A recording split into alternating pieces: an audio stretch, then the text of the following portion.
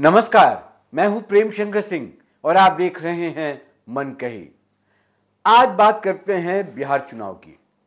बिहार चुनाव में बड़ा उलटफेर है। कभी कोई आगे, कभी कोई पीछे। कभी नीतीश कुमार का नाम सबसे आगे चल रहा होता है, कभी चिराग पासवान बीच मैदान में आ जाते हैं, कभी तेजस्वी यादव सीएम रेस में सबसे बड़े चेहरे के रूप में सामने आते हैं। प्रशांत किशोर हैं ही, कन्हैया कुमार थोड़ा खो से गए हैं, या यूं कहिए कि बिहार की राजनीति में मुझे लगता है वो फिट नहीं हो पा रहे। कुल मिलाकर जो पहलगाम में घटना हुई, उसके बीच में बिहार की राजनीति पर ज्यादा बात नहीं हो रही है मीडिया में। लेकिन ऐसा है नहीं कि बिहार में कुछ हो नहीं रहा है। बिहार में बहुत हलचल है। नेता जितने हैं जिनको चुनाव लड़ना है या लड़वाना है, या जो पार्टियां वहां पर एक्टिव हैं, वो लगी हुई हैं। 2-3 खबरें हैं मेरे पास, उन खबरों को मैं बताऊंगा और उन खबरों के पीछे खबर क्या है उसका विश्लेषण होगा। शायद कुछ बात निकलकर सामने आए, कुछ समझ में आए कि अभी बिहार की जो राजनीति है, जो चुनाव है, वो किस ओर जा रहा है। सबसे पहले बात करते हैं एक ताजा चुनावी सर्वे की। उस सर्वे में यह कहा जा रहा है कि तेजस्वी यादव फिलहाल अभी बिहार में मुख्यमंत्री के तौर पर नंबर 1 चल रहे हैं। यानी कि उनको उस सर्वे ने 35% लोगों की पसंद माना है। दूसरे नंबर पर नीतीश कुमार है, जिनको 25% दिया गया है। तीसरे नंबर पर रामविलास पासवान के बेटे चिराग पासवान, जो कि उत्तराधिकारी बने रामविलास पासवान के और पार्टी को चला रहे हैं। और 2024 का चुनाव अगर आप देखेंगे, जो 100% उनका स्ट्राइक रेट रहा, उसको देखकर लगता है कि सही रास्ते पर हैं। वो तीसरे नंबर पर हैं और लोग जो उनको पसंद कर रहे हैं, बिहार की जनता जो उनको पसंद कर रही है, वो 16% के साथ है। चौथे नंबर पर अगर मैं बात करूं तो वो हैं सम्राट चौधरी, और उसके बाद अगर नंबर आता है तो वो हैं प्रशांत किशोर।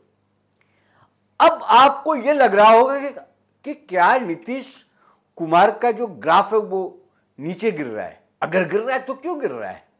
तो उसके पीछे जो सबसे बड़ी वजह है, वो 2 वजह मुझे समझ में आती है, जो मैं आपसे शेयर करूं। सबसे बड़ी वजह है उनका स्वास्थ्य। उनका जो तौर तरीका पिछले कुछ दिनों में बदला है, उसको लेकर लोगों में एक भ्रम पैदा हुआ है। दूसरा, जो 20 साल का जो उनका शासनकाल रहा है, उसको लेकर एंटी इनकम्बेंसी वाला जो मामला है, एक वो है। लेकिन अगर आप एनडीए की बात करेंगे और 25 और 16 और कुछ 6-7% सम्राट चौधरी को भी है, अगर इनको जोड़ दें तो एनडीए की सरकार बनती दिख रही है सर्वे के मुताबिक। तो वहां पर आकर एनडीए नंबर 1 हो जाता है और नंबर 1 होने के बाद नीतीश कुमार सीएम बन सकते हैं। वो आंकड़ों की बाजीगरी है। लेकिन लोग क्या चाहते हैं, जनता क्या चाहती है, उनके क्या पसंद है, तो वो तेजस्वी यादव एज इंडिविजुअल मैं बात करूं, व्यक्तिगत तौर पर अगर बात करूं, तो तेजस्वी यादव अभी सबसे चर्चित चेहरे। एक तो मुझे यह बताना था। दूसरी एक जो बड़ी खबर है, लगातार बातचीत भी हो रही है, उस पर चर्चा भी हो रही है, वो है चिराग पासवान को लेकर। क्योंकि फिर वही बात आती है कि नीतीश कुमार की तबीयत ठीक नहीं है। स्वास्थ्य का हवाला लगातार दिया जा रहा है और जो उनके सुपुत्र हैं, वो सक्सेसर फिलहाल नहीं बन सकते। अनुभव भी नहीं है, चुनाव भी नहीं लड़ा, सक्रिय राजनीति में रहे भी नहीं। तो चिराग पासवान क्या नीतीश कुमार का ऑप्शन बन सकते हैं? क्या सीएम उनको बनाया जा सकता है नतीजे आने के बाद? क्योंकि मुझे लगता है व्यक्तिगत रूप से, जो मैं आकलन करता हूं, कि चुनाव तक तो कम से कम नीतीश के चेहरे पर ही चुनाव लड़ा जाएगा।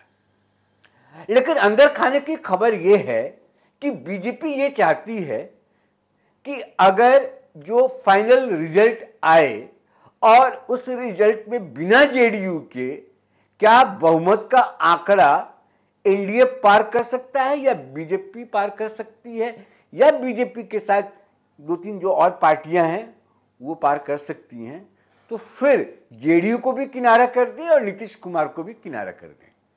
तो वैसे में ऑप्शन उनके पास क्या होगा? जो एक दलित चेहरा, पिछड़ा चेहरा, स्मार्ट युवा, लोगों की पसंद, 24 का परफॉर्मेंस, सबको मिलाकर देखते हुए क्या चिराग पासवान वो नाम हो सकते हैं? अब इसी की चर्चा हो रही है और उसी चर्चा के लिए मैं आज ये वीडियो भी बना रहा हूं, मुख्यतः सर्वे, क्योंकि एक भूमिका बांधने की जरूरत थी कि सर्वे क्या कह रहा है और बिहार का जो मूड है वो मूड क्या कह रहा है, वो एक बानगी भर था, वो बताना था।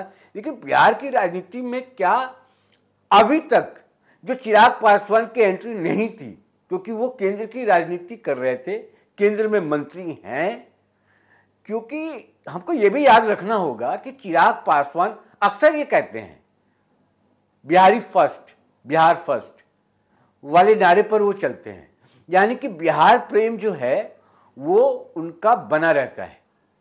जाहिर तौर पर मुख्यमंत्री बनना चाहते हो, बिहार की राजनीति करना चाहते हो, क्योंकि बिहार ने उनको बहुत कुछ दिया है और खोते खोते भी 2024 में उनको कहते हैं ना फॉर्म में लौट आना, जनता ने उनको भरपूर प्यार दिया और तमाम वो लोकसभा सीटें जिताई जहां पर वो लड़े। और जो बिहार में एनडीए की स्थिति अच्छी बनी, सुधरी कह लीजिए, तो उसमें चिराग पासवान का एक बड़ा हाथ है। अब जो तीन चार बड़े चेहरे हैं जो बिहार की राजनीति कर रहे हैं उसको भी समझ लेना जरूरी है, फिर हम चिराग पासवान पर वापस लौटेंगे। अब तेजस्वी यादव की बात कर लें कि बिहार की राजनीति में चिराग पासवान कैसे फिट बैठते हैं या नहीं बैठते हैं, उसके आकलन के बीच में मैं तेजस्वी यादव की बात कर रहा हूं। आपने गौर किया होगा, आंकड़े भी बताते हैं, फैक्ट्स है, तथ्य हैं, इसमें मैं कोई खुद अपने से जोड़कर नहीं बोल रहा। तेजस्वी यादव केंद्र की राजनीति में नहीं है कहीं पर भी, न वो कभी राज्यसभा से लड़े, न राज्यसभा गए, न लोकसभा चुनाव लड़े, हमेशा वो विधानसभा में रहे, विधानसभा चुनाव लड़े और बिहार की राजनीति और बिहार के लोगों के लिए जो भी उनकी लड़ाई है, जो भी उनके अपनी नीति है, वो वहीं तक सीमित रहा। केंद्र की राजनीति में उन्होंने कभी रुचि नहीं दिखाई। दूसरा जो एक नाम है, जो नया नाम है, वो है प्रशांत किशोर, जो कि वो बहुत एक्टिव हैं, खुद अकेले लड़ रहे हैं इस बार चुनाव, दावा बहुत कर रहे हैं। प्रशांत किशोर भी पूरी तरीके से बिहार को लेकर समर्पित है फिलहाल, और वो बिहार को ही देना चाहते हैं, कहीं और देख नहीं रहे। ऐसे में चिराग पासवान केंद्र की राजनीति में तो हैं, लेकिन उनका भी बिहार प्रेम जग जाहिर है और उनको अगर मौका मिलेगा तो वो बिहार लौट आएंगे। खबर ये है, अंदर की खबर ये है कि हो सकता है वो विधानसभा चुनाव लड़ भी लें, अगर भाजपा हाईकमान से कुछ ऐसे निर्देश होते हैं या कुछ ऐसी प्लानिंग है कि चुनाव के बाद समीकरण बदल सकते हैं और चिराग पासवान क्या मुख्यमंत्री बन सकते हैं, तो हो सकता है कि वो इंडिकेशन हो तो विधानसभा चुनाव लड़ ले। और जिस दिन टिकट मिल जाती है या हाईकमान से परमिशन मिल जाता है एनडीए की तरफ से, बीजेपी की तरफ से, जिससे कहिए, तो आपको समझ जाना चाहिए कि चिराग पासवान की एंट्री पूरी तरीके से हो गई है। और जब सरकार बनाने की बात आएगी और एनडीए वहां पर अपना समीकरण सेट कर रहा होगा तो चिराग पासवान नंबर 1 पर ऑटोमेटिक आ जाएंगे। नीतीश कुमार साइड हो जाएंगे, सम्राट चौधरी मुझे दिखाई नहीं दे रहे हैं सीन में, अगर ऐसी परिस्थिति बनती है।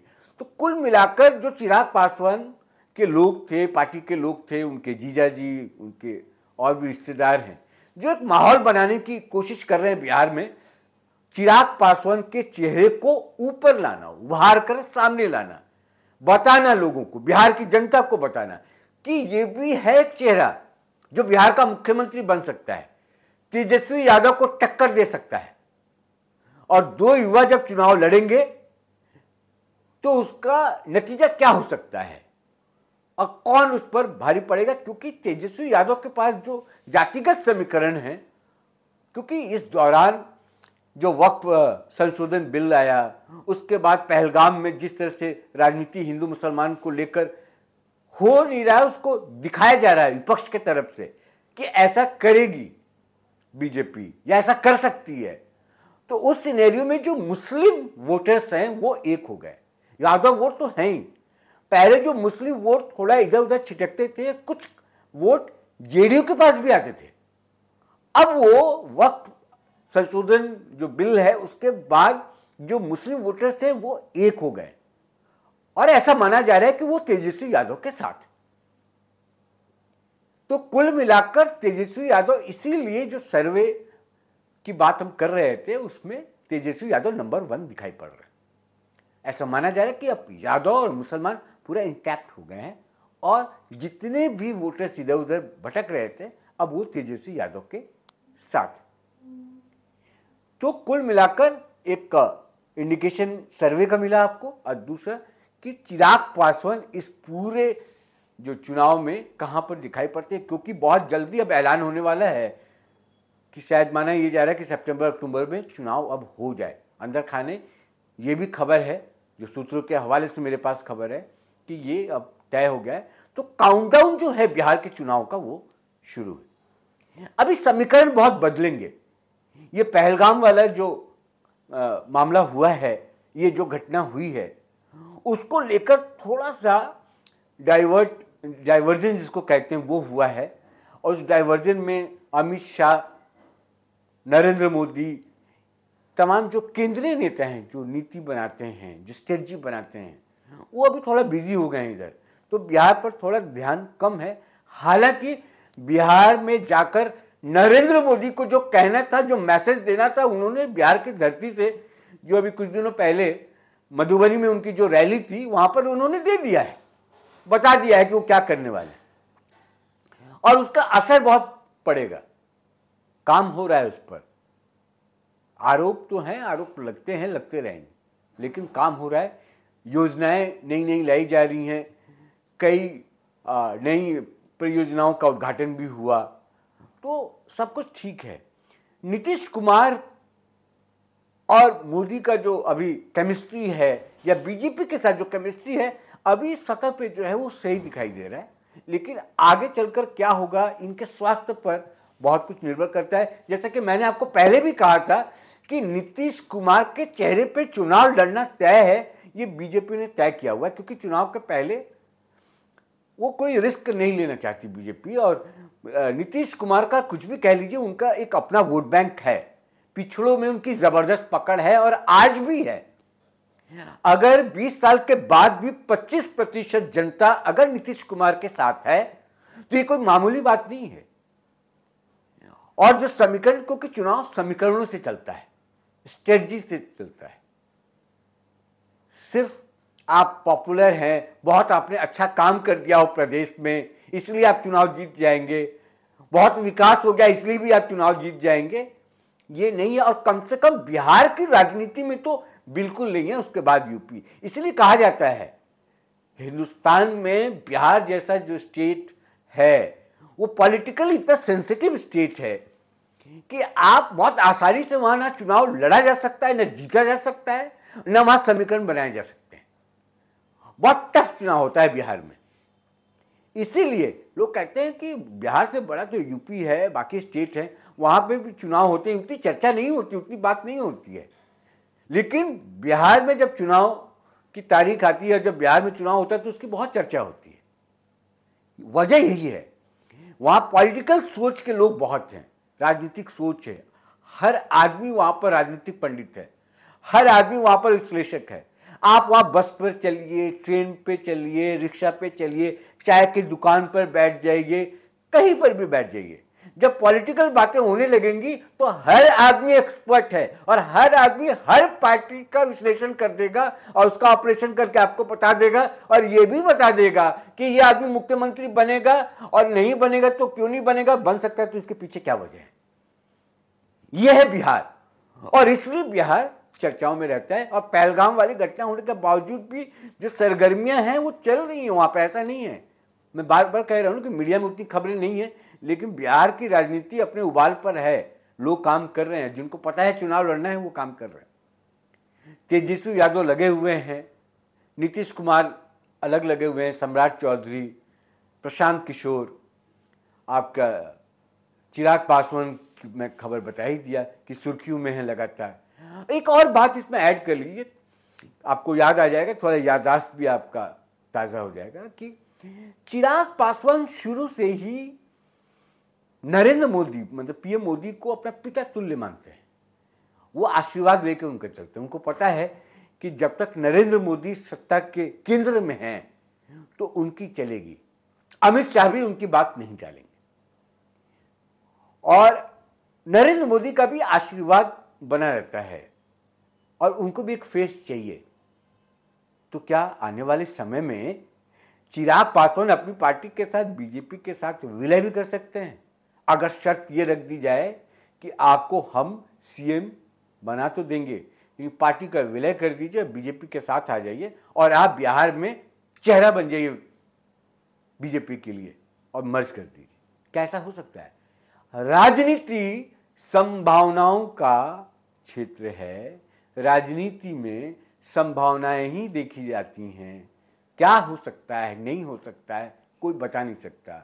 वक्त बहुत बड़ी चीज़ है और वक्त के हिसाब से चीज़ें, समीकरण बदल जाते हैं। बिहार में भी कुछ ऐसा ही हो सकता है और चिराग पासवान जो अभी रेस में बहुत पीछे हैं वो आगे आ सकते हैं यदि बिहार में कुछ नया करना है। मेरा समर्थन चिराग पासवान को इसलिए है, या मैं चाहता हूं कि चिराग पासवान जैसे लोग आएं और बिहार को लीड करें, क्योंकि उस व्यक्ति में, उस इंसान में वो तमाम खूबियां हैं जो कि नीतीश कुमार को रिप्लेस कर सकता है। बहुत संयमित, कम बोलने वाले, विवादों से दूर रहने वाले युवा नेता और कैसे वोटरों को अपने साथ रखना है, अपने कोर वोटरों को, अपने कार्यकर्ताओं को लेकर चलना है, ये चिराग पासवान जानते हैं। यानी कि जो रामविलास पासवान थे, जो उनके कहते हैं ना कि बाप से बेटा बहुत कुछ सीखता है, तो जो रामविलास का खून है तो उसकी जो राजनीति करने की सूझबूझ जो रामविलास पासवान में थी, तो कुछ ना कुछ तो आया होगा चिराग पासवान में। तो मेरा समर्थन और 100% जो है वो चिराग पासवान के अगर हाथ में बिहार की जो बागडोर है अगर वो दी जाती है तो इसमें कोई बुराई नहीं, किया जा सकता है। इंतजार करते हैं क्या होता है। लेकिन बिहार की इस राजनीति में ये दो बड़ी खबरें थीं। पूरा सिनेरियो मैंने बताने की कोशिश की, बाकी धरातल पर काम हो रहा है। प्रशांत किशोर अभी सीन में मुझे कहीं नहीं दिखाई दे रहा है। कन्हैया कुमार सीन से गायब हैं, उनको तो इरेज कर दीजिए आप। वो बिहार के चुनाव में कहीं है नहीं, उनके बारे में सोचना भी नहीं है। कई मेरे और बिहार को लेकर वीडियो आप देखेंगे तो आपको चीज़ें समझ में आएंगी। तो फिलहाल मेरे नज़रिए से और मेरी आंखों से अगर आप बिहार के राजनीति को अभी देख रहे हैं तो मैंने ये जो वीडियो अभी बनाया है इसको देखिए। अभी यही है कि सारी पार्टियां अपनी ताकत झोंक के रखी हैं। जो 4-5 बड़े चेहरे हैं उनके बारे में मैंने बता दिया। चिराग पासवान की नई एंट्री है सीएम पद को लेकर, पसंद को लेकर, और कुछ चिराग पासवान की तरफ से जो इशारे हुए आए, उनके घर परिवार, उनके चाहने वाले, उनके रिश्तेदार, उन्होंने जो इशारे किए उनको देखते हुए मुझे लगता है कि बिहार के चुनाव में, बिहार के चुनावी मैदान में चिराग पासवान सीधे, मतलब पहले अप्रत्यक्ष रूप से हो रहा था क्योंकि केंद्र में मंत्री थे, आएंगे नहीं आएंगे कैसे करेंगे, लेकिन मुझे लगता नहीं है कि वो इससे दूर रह पाएंगे और वो एक्टिव तरीके से चुनाव लड़ेंगे और विधानसभा चुनाव भी लड़ेंगे। ये मैं कह रहा हूं अपने प्लेटफॉर्म से, इसको भी लिख कर रख लीजिए। और केंद्र की राजनीति कुछ दिन वो छोड़ देंगे। बाकी सारा कुछ डिपेंड करता है बीजेपी हाईकमान पर, क्योंकि एनडीए को जो है वो बीजेपी लीड कर रही है, नरेंद्र मोदी लीड कर रहे हैं, अमित शाह लीड कर रहे हैं। तो वहां पर क्या बातचीत होती है, क्या फैसले होते हैं, उस फैसले को मानना होगा चिराग पासवान को, क्योंकि चिराग पासवान में अभी वो ताकत नहीं है कम से कम जो तेजस्वी यादव के पास है कि अपने बलबूते पूरे बिहार को जीत सके। देखते हैं क्या होता है, देखते रहिए आप मन कही। बिहार की खबरों और खबरों का विश्लेषण मैं जैसा कि कहता रहा हूँ बहुत शानदार तरीके से मिलेगा आपको। और मेरी कोशिश रहती है कि मैं जब भी आपसे बात करूँ तो मैं खुद भी पढ़ के आऊँ, चीज़ों को बताऊँ, समझाऊँ, वेग बात ना हो, धरातल से जुड़ी हुई बातें हों। ये न कि जो मन में आया आएँ बाएँ साएँ कुछ भी आप बोल दीजिए, ऐसा नहीं है। कुछ चीज़ों को देखता है आदमी, परखता है। लेकिन आपसे एक अनुरोध है, जिन लोगों ने अभी तक मनकही को सब्सक्राइब नहीं किया है, आप मनकही को सब्सक्राइब कर लीजिए और जल्दी जल्दी कीजिए और मनकही के इस प्लेटफॉर्म को बड़ा कीजिए, बढ़ाइए। जितना जल्दी आप बड़ा करेंगे, बढ़ाएंगे, उतना ही ज़्यादा बढ़िया कंटेंट आपको मिलने वाला है, यकीन मानिए। फिलहाल मुझे दीजिए इजाज़त। नमस्कार।